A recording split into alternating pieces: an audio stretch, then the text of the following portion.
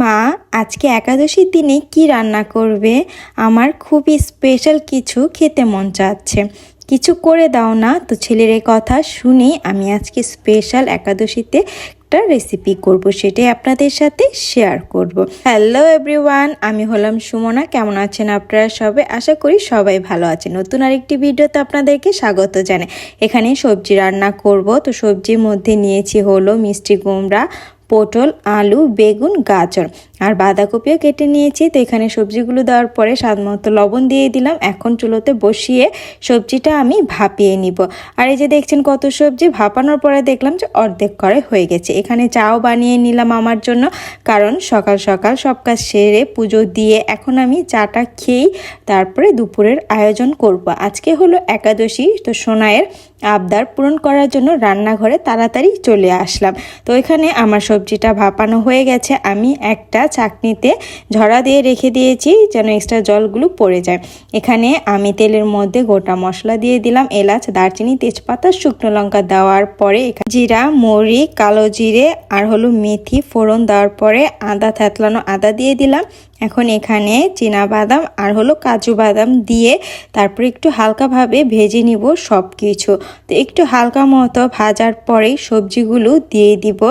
আর হ্যাঁ, বাদামটা কিন্তু বেশি ভাজলে পুড়ে যাবে। তো এখানে আমার বাদাম হালকা ভাজা হওয়ার পরে এখানে হলুদ গুঁড়ো আর হলো ধনে গুঁড়ো দিয়ে আবার একটু নেড়ে নিলাম। এইটা এখন এই সবজিগুলো দিয়ে দিব। সবজিগুলো দিয়ে দেওয়ার পরে ভালো মতো ভেজে নিব। ভেজে একদম একটা মাখো মাখো ব্যাপার যেন চলে আসে সেই অবধি রান্না করে নিব।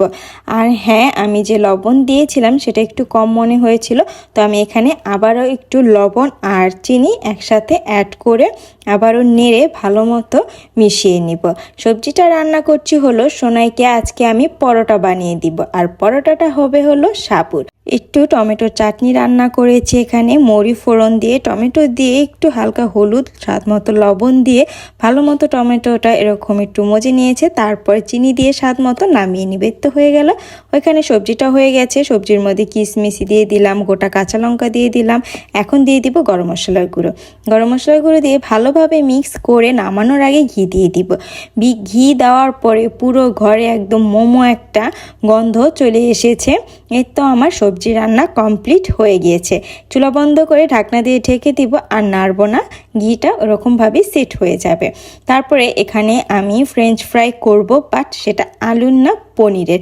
তো এখানে আমি ছানা কেটে রেখেছিলাম, তো এটাকে আমি এরকম লম্বা লম্বা করে একটু পাতলা করে আলু যেরকম কাটে সেরকম করে কেটে নিলাম। তো এখন এর মধ্যে আমি কিছু মশলা অ্যাড করব। আর এই রেসিপিটা আপনারা একবার হলো বাসায় ট্রাই করবেন, খুবই টেস্ট হয়।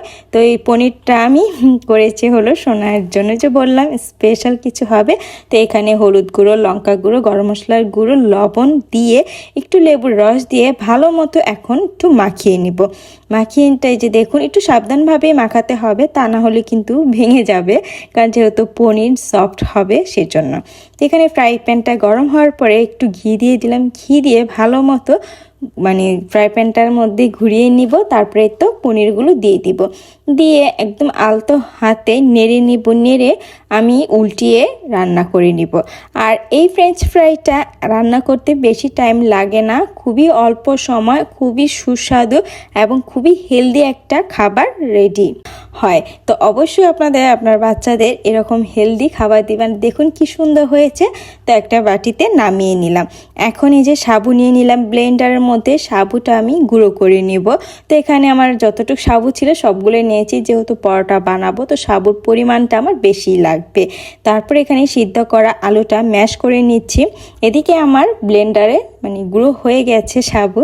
এখন এর মধ্যে আলু দিয়ে দিলাম, তারপরে যে শুকনো লঙ্কা কেটে রেখেছি সেটা দিয়ে দিলাম, তারপরে লবণ দিয়েছি স্বাদ মতো, আর হলো তেল আর একটু জল দিয়ে ভালো মতো এটা আমি মেখে নিব।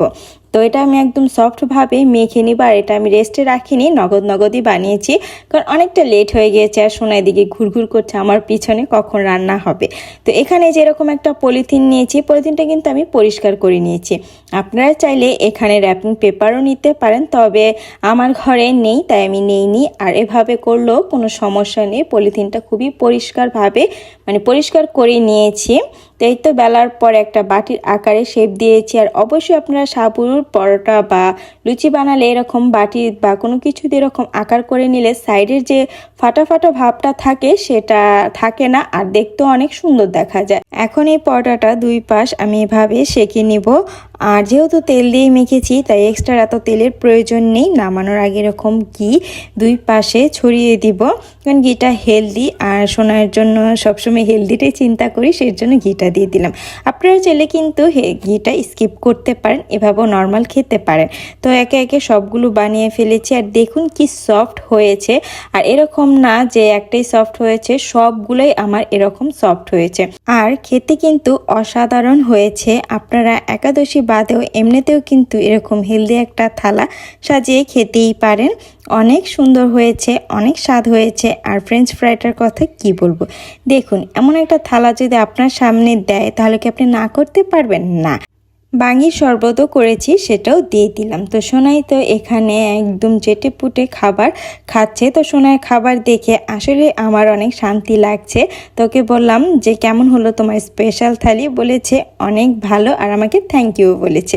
আপনাদের ভিডিও ভালো লাগলে লাইক, কমেন্ট অ্যান্ড শেয়ার করবেন।